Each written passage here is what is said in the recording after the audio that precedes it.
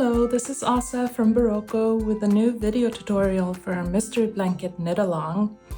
In this video, we'll go over how to work stranded colorwork. For this block, you're going to be using a total of 3 colors, but you're only ever going to use 2 colors together on the same row. So for stranded colorwork, you're going to knit a certain number of stitches with one color, while you carry the other color along the wrong side of the work. So this is what it looks like on the front, and on the back you'll end up with these little loops of yarn that are just carried along. This is the chart we'll be using.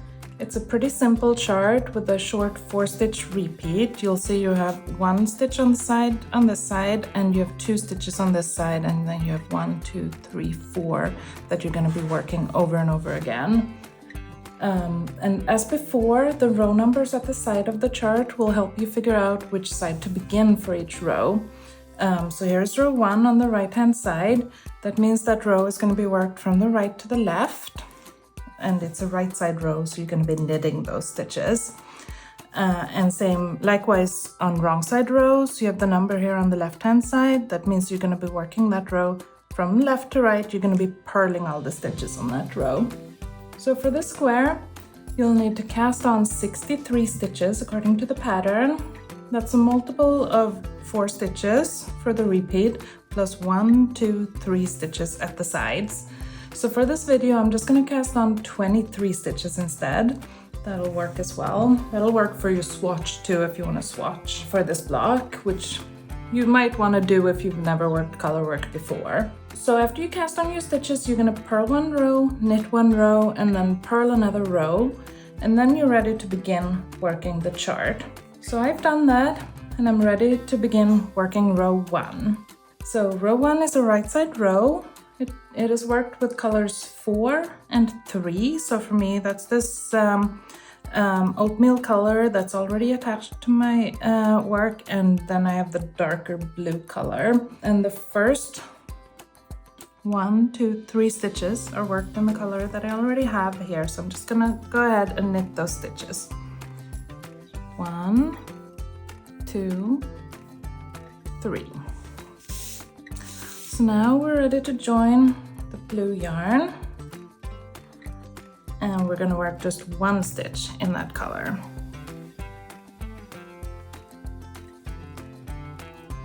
So then we have 1 more stitch in the oatmeal to finish our repeat.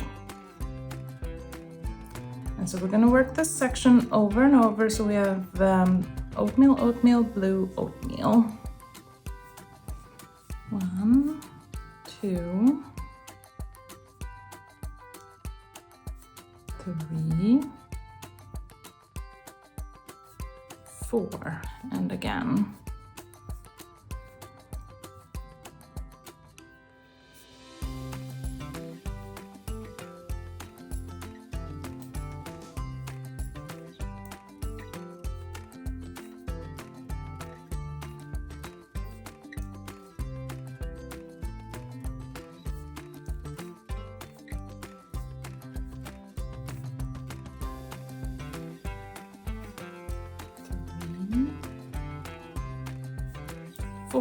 And so I finished my last repeat, and I just have the 2 more stitches to work in the oatmeal. There. So that's our first row. Now we're going to turn the thing around and work row 2. So remember, row 2 is a purl row, and now we begin with just 2 stitches in the oatmeal color.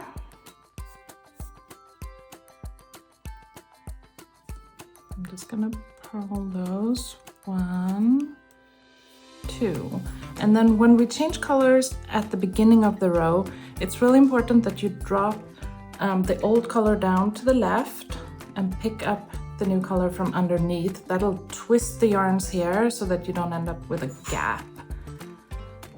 So just be careful with that. And now for a repeat, on this row we have 3 stitches in blue and 1 in the oatmeal. So I'm just going to purl those 1, 2, 3,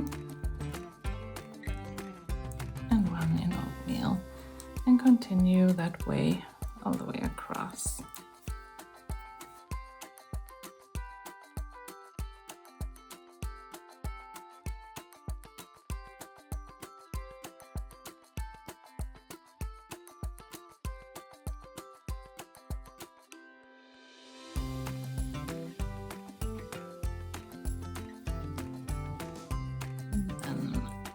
My last stitch left in oatmeal for that's my edge stitch there, and we're ready to turn again. Here at the beginning of the right side row, we're gonna need to do that twisty thing again. So on this row we have just 1 stitch in oatmeal and then 2 stitches in the blue. So let's do that first stitch, and then again to twist the stitches, I'm dropping the old color down to the left and I'm picking up the new color from underneath. And just be careful that you don't end up picking up your tail by accident. So we do 2 in the blue, and then we have 1 in the oatmeal. So here the pattern repeat is going to be 2 blue, 1 oatmeal, 2 blue. And you can drop the yarn between the stitches, between the color changes like I did before, or you can play around with holding the yarn in different ways. I like to hold both colors on my left index finger. That's just what works well for me. So 1,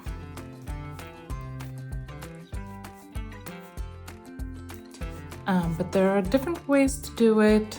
Some people like to hold 1 yarn in the right hand, 1 yarn in the left hand. That may be easier for you. So play around with it. There's, it's going to give you the same result. So just do whatever you're comfortable with. So we're just going to work across this row.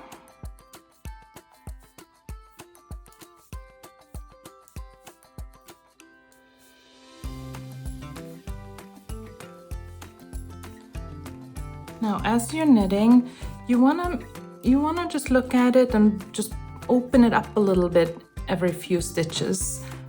When you're carrying that yarn behind, when you're knitting with 1 color, the yarn is gonna keep going up and down like this through the stitches and creating a very stretchy fabric.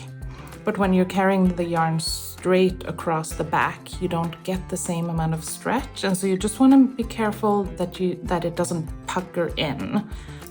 So don't hold on to it too tightly. That's pretty common for beginners. So just be gentle with it. You may find that it puckers a bit. That's very common for color work, and that should relax when you wet block the piece. You just want to make sure that you don't have too much puckering in there. So I'm gonna go ahead and finish this last row with these 2 colors, and then we're getting ready to join the 3rd color. Again, at the beginning of the row, remember to put the old yarn down to the left and pick up the new yarn from underneath.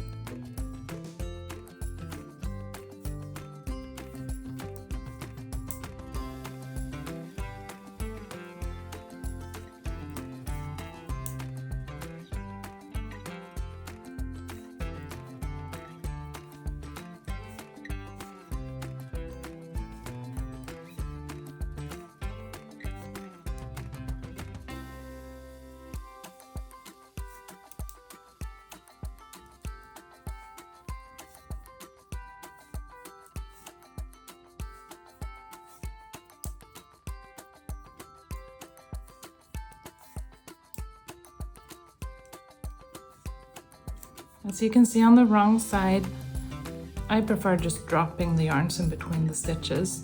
A lot of colorwork projects are actually worked in the round, sweaters, hats, things like that, and then you don't even have to worry about working wrong side rows.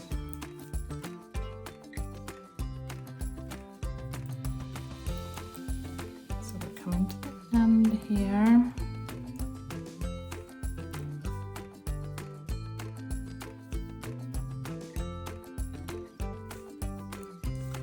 There. Okay, so we've completed the first section of the chart using the first two colors, and we're ready to join the third color. I've gone ahead and cut the dark blue, and I have my lighter blue ready here. You'll see on the chart, this section is actually really easy. It's just every other stitch in the oatmeal and every other stitch in the lighter blue, starting with 2 in the oatmeal. That's what we'll do. There's nothing you need to do to join the new yarn. You really just start knitting with it. And other than that, you just keep going as before.